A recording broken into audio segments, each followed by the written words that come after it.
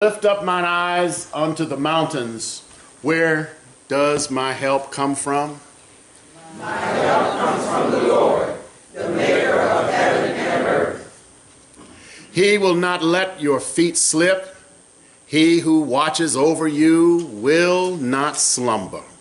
Indeed, he who watches over Israel will neither slumber nor sleep. The Lord watches over you. The Lord is your shade at your right hand. The sun will not harm you by day, nor the moon by night. The Lord will keep you from all harm. He will watch over your life. The Lord will watch over your coming and going, both now and forevermore.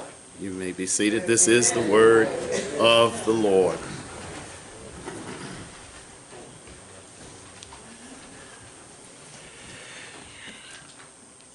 This scripture came to me this week, and as I thought about it, it's a scripture that oftentimes we read at a funeral.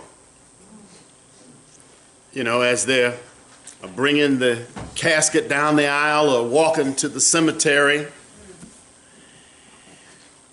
And it dawned on me that that's kind of an out-of-place scripture in reference to somebody who's dead. But yet, for those of us who are alive, it has some bearing. And my topic this morning, where my help comes from. When you think of the fact that all of us at some time need some kind of assistance. As I've mentioned before, we are social beings. One person off by themselves for an extended period of time, as like in solitary confinement or living on a desolate island all alone, things happen. We need the interaction with one another. And then when you look at creation, God shows us a picture of how we as people need to be. When you look at a beehive, all of the bees in the hive need one another. Of course, each one has its own task, but no bee can live on its own. Even if you had honey in a cup and one bee in a jar, the bee would soon die because it needs to be with the other bees. It needs to communicate the bee language of the dance, to share with the others where you can find nectar from the flowers. The queen can't function without the workers in the hive because all she can do is lay eggs. She can't even feed herself. When you look at the ant colony, you find the same thing. All of the ants are working together to make sure that the colony survives.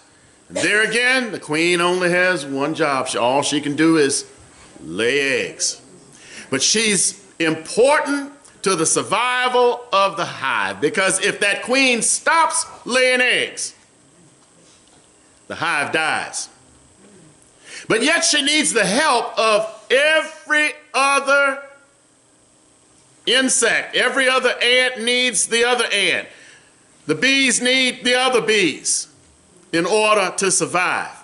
And when you look at those things in nature, as it says in Romans, we can tell and know that God is.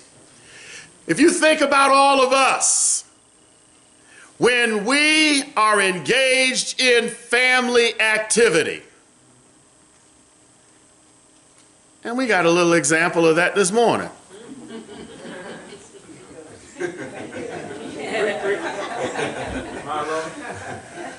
It wasn't in your sermon, was it? No, it wasn't in the sermon, but it dawned on me when I said that. We got an example of that this morning.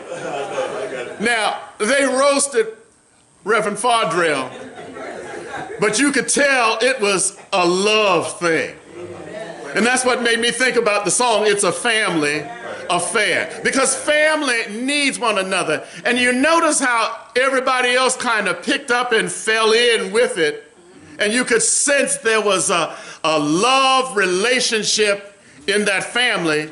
And you could tell there's a love relationship here because everybody also was glad to see him back.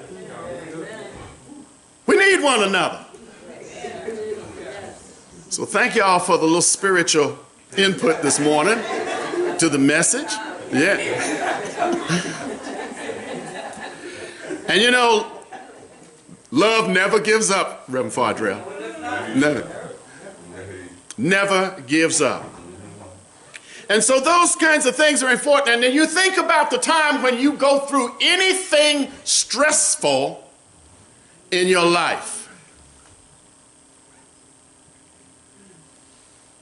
All things being equal, the first ones to come and give you some kind of support, some kind of encouragement is your family.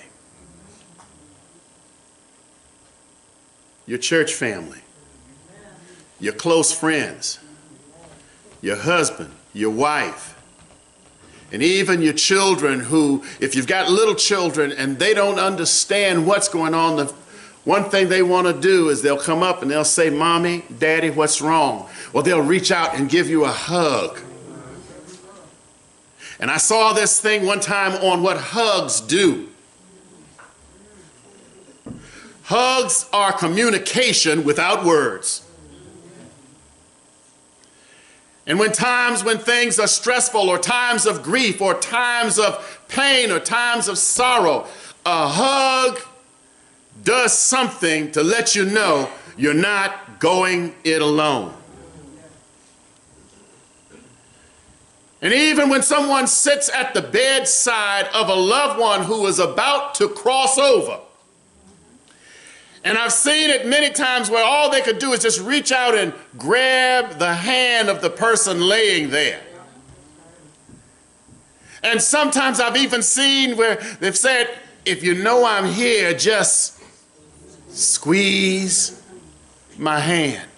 And sometimes with just a little bit of strength left, that person on the other side will move a finger or something and it lets both know, I understand you're here to give me support or help. Now let's carry this to a higher level. The scripture starts off, the first verse says, I will lift my eyes to the mountains where my help comes from.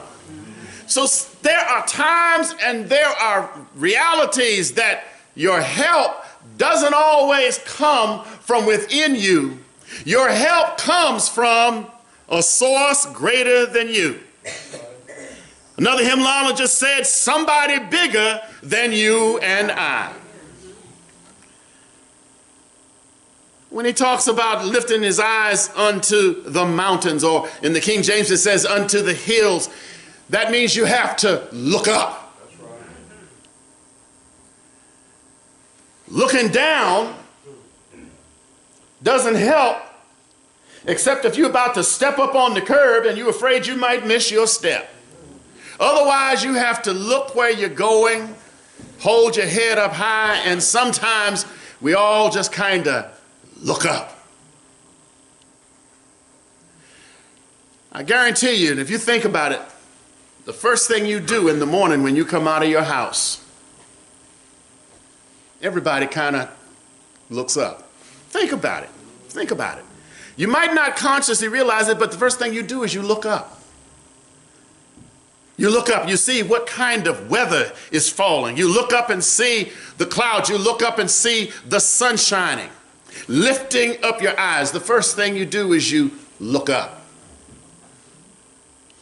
Babies, when they're born, And I witnessed this. The first thing they do is they open their eyes and they look up.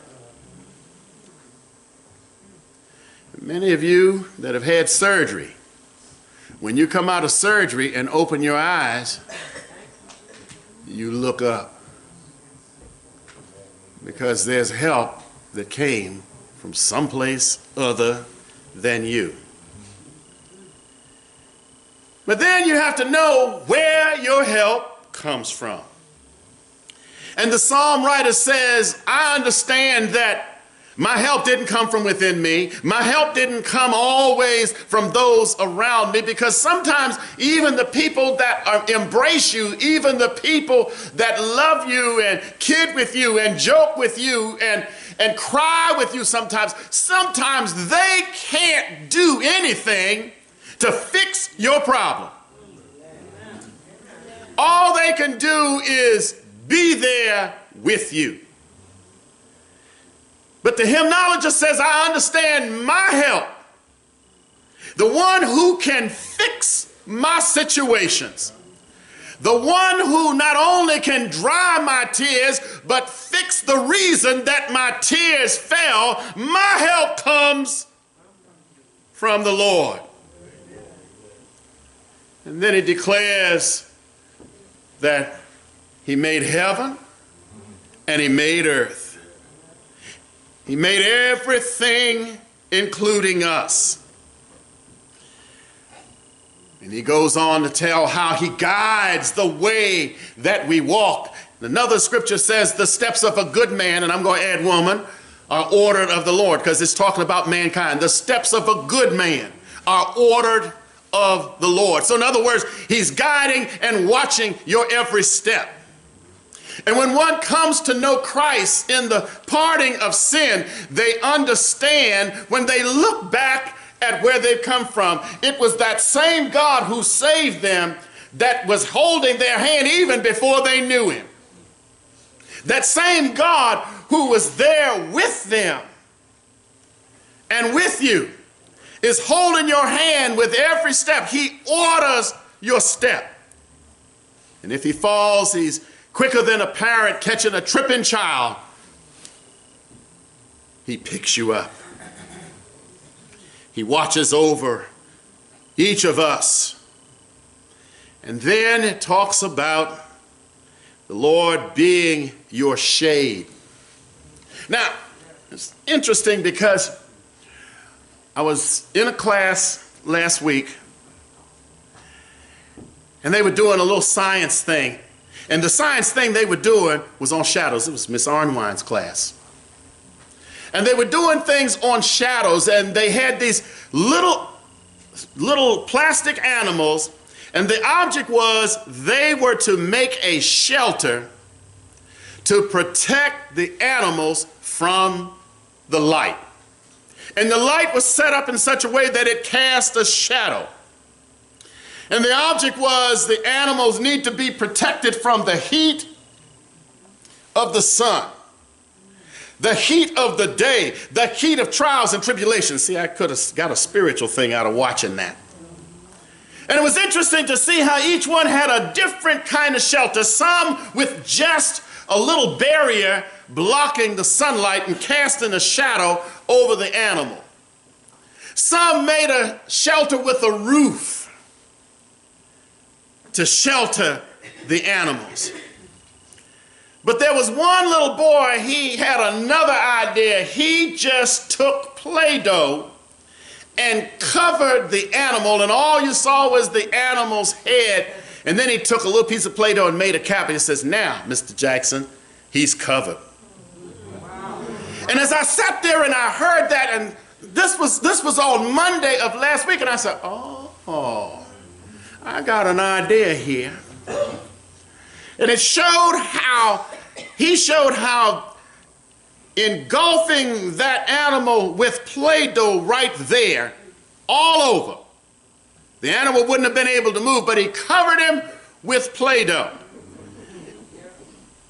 So the sun wasn't hitting, the sun was hitting the Play-Doh. And I thought about all the times, and if you stop and think about all the times that the Lord has literally covered you and surrounded you with his love, and the shadows of hate, the shadows of bitterness, the shadows of sickness, the shadows of your trial and your tribulation were covered because the Lord engulfed you. And then the cap on your head is your salvation. You are covered by the blood that Jesus shed on Calvary.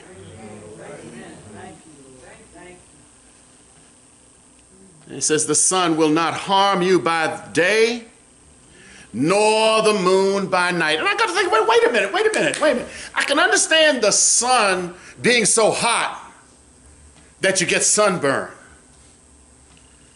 But why is it he's saying the moon will protect you by night?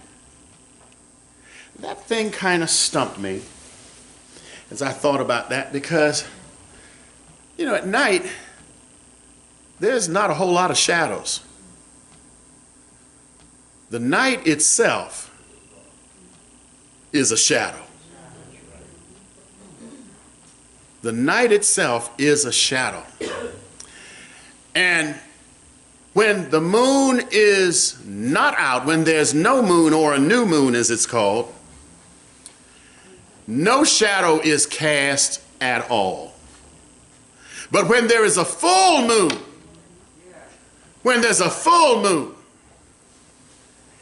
you can see shadows on the ground, especially if you live out in the country where there are no street lights to give you the false light. But the moon itself will make it possible by brightening up without the heat being able to harm you from the sun. The moon itself will cause shadows to be cast on the ground. And so I'm thinking, okay, so he's saying the moon will protect you by night. So even at night, the Lord provides a light to guide you, and you're protected under his shadow. Another place it talks about under the Lord's wing, being kind of like a shadow. The first thing a lot of birds will do to protect their young is they spread their wings, and the young instinctively go under the shadow. When trouble comes, and that's what I see in this, the Lord spreads the wings of his love and we can crawl under and be protected. And then it says in verse 7, know that the Lord will keep you from harm. He will watch over not just your physical being, but he will watch over your life. Now, when you're thinking about the omnipresent God who sees what you've been through, sees what's ahead, even though you can, and you put your trust in him, he says, I will protect your life, not just the situation that you're in, but I will protect your whole life. And so the Lord, which will watch over you're coming and you're going. He sits high and he looks low and he sees all. And so we can be secure if we look back at that first verse. Yeah, I'm going to lift my eyes up unto the Lord. Yeah, I don't have to worry because I know he's watching over me. Even when I can't watch over myself. I know some of you in here have security systems on your home. You have security systems on your car. You have security systems sometimes even where you work. Because you can't always watch. I don't like airplanes, but when you go to get on an airplane, they make you virtually undress because you got to go through security. Yeah. Taking off your shoes, your belt, and then don't let them have one of those drills and set off an alarm like they did to me in Atlanta one year. That'll stress you out. But they said, this is a drill in case of an emergency. Then we would give you instructions. The marshal would give you instructions. And I'm thinking, oh, this ain't no place for me. But when you think of all of the different things that we go through that involve security, and we don't even think about it because we are assured, or we feel secure, that whatever security is in place is going to take care of us. The alarm on your house at night, when you set it, when you go to bed, you feel a little more secure that if somebody tries to break in, it's going to make so much noise, it's going to frighten the burglar away, or your security camera is going to get a picture and you'll know who it was, even down to what they were wearing, because all of them now can virtually be seen in color. When we think about the Lord watching over us, that is our security. Even when we are not even conscious of it, the Lord watches over us. Your every move that you make, He watches over you. When you sleep at night, He watches over you. And then Proverbs 3 has a verse in it and says, so when you lie down, your sleep shall be sweet. He watches over you when you're up and when you're down. He watches over you when you're sick and when you're well. He watches over you even when you think you're all by yourself. He's watching over you. It says in there that he that keepeth Israel neither slumbers nor sleeps. He is always awake, looking over each and every one of us.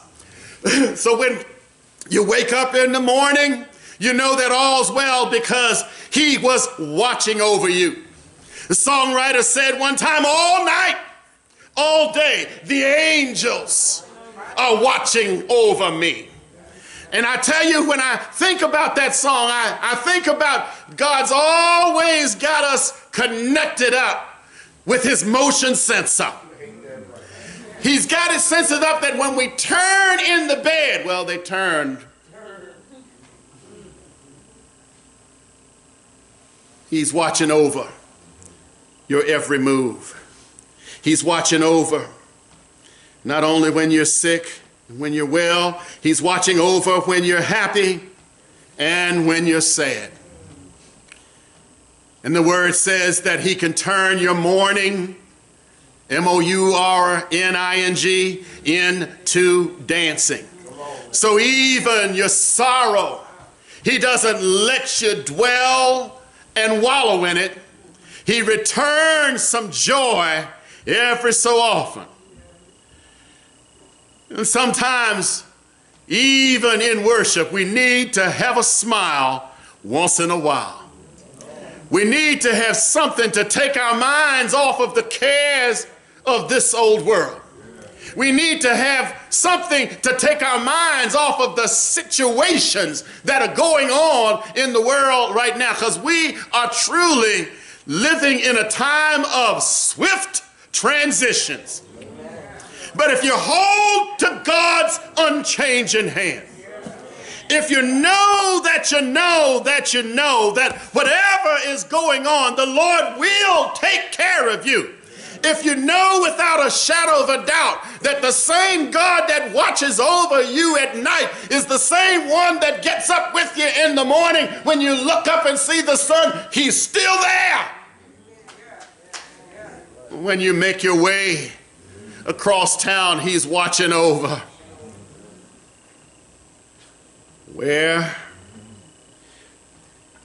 does your help come from? Where does my help come from? My help comes from the one who sits high and looks low. And His name is Jesus. You know, and I talked about the looking up and the looking down. Now let me tell you something that you probably never thought of. If we I know this ain't Easter, but if we go to Calvary for a minute, and when Jesus is hanging there on Calvary, the first thing he's doing is he's looking down. You can tell by those 7 last sayings. One of them, he's looked down and he saw Mary and he saw John. It says, "Woman, behold thy son. Son, behold thy mother." He says, "I thirst." He's looking down at those on the ground to let them know he was physically thirsty. Then he turned to one thief when the other thief had basically said, "If you are God, save us and yourself." And the other one turns to him and says, "When you enter into your kingdom, remember me." Jesus then looked to one side and he told him, he says, "This day you will be with me in paradise." But then if you look, he starts again looking up. He asked God a question first. My God, why hast thou forsaken me?" He's looking up. But then when it was time to go, he looked up.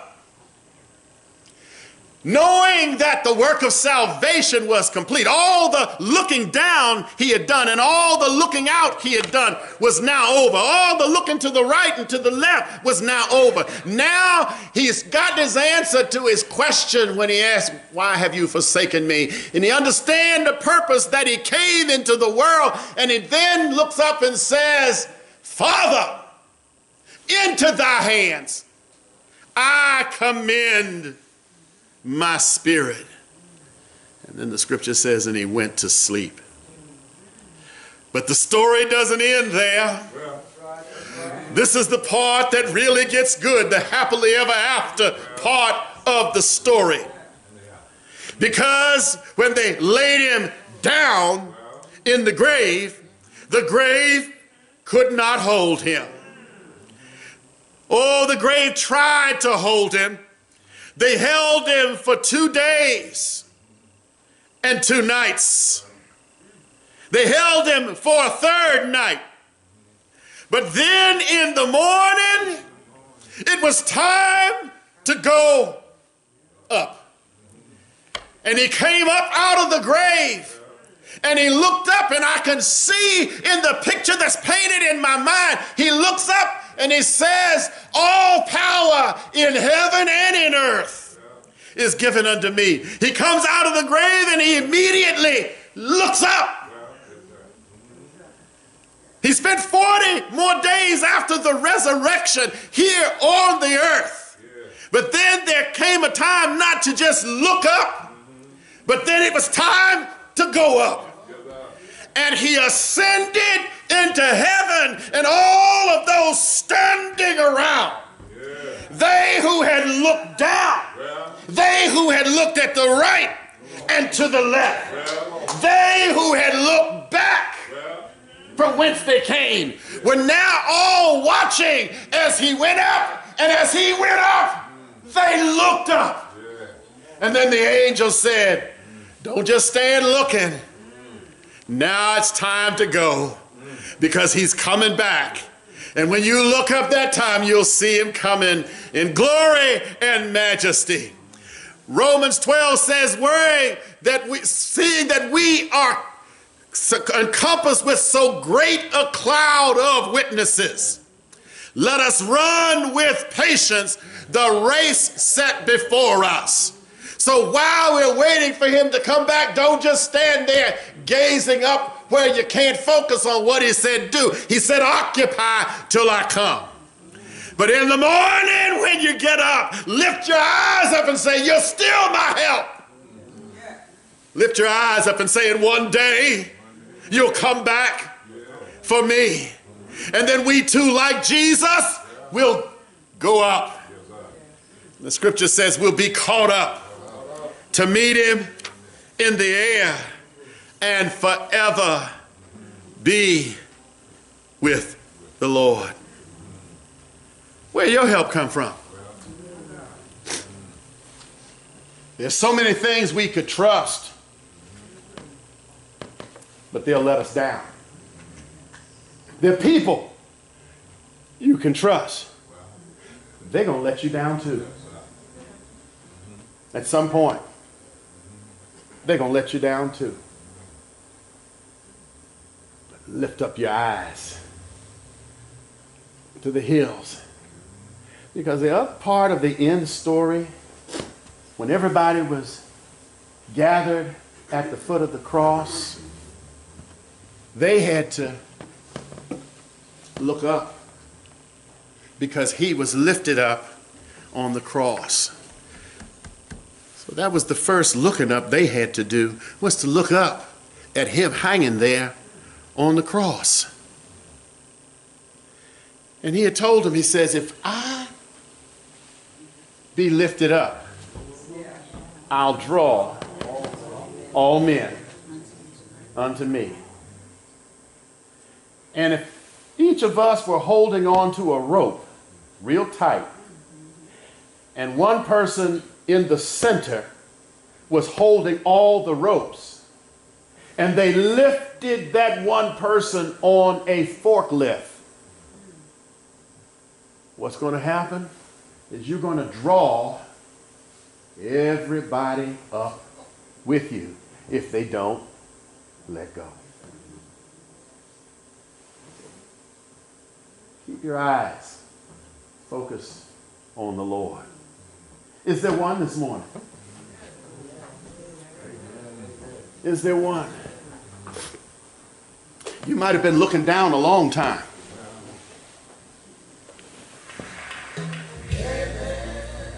But now is the time to look up to the hills. Where your help comes from. Your help comes from the Lord. And he makes some declarations, a whole lot of declarations. One of the most popular ones, I will never leave you nor forsake you. That's a promise.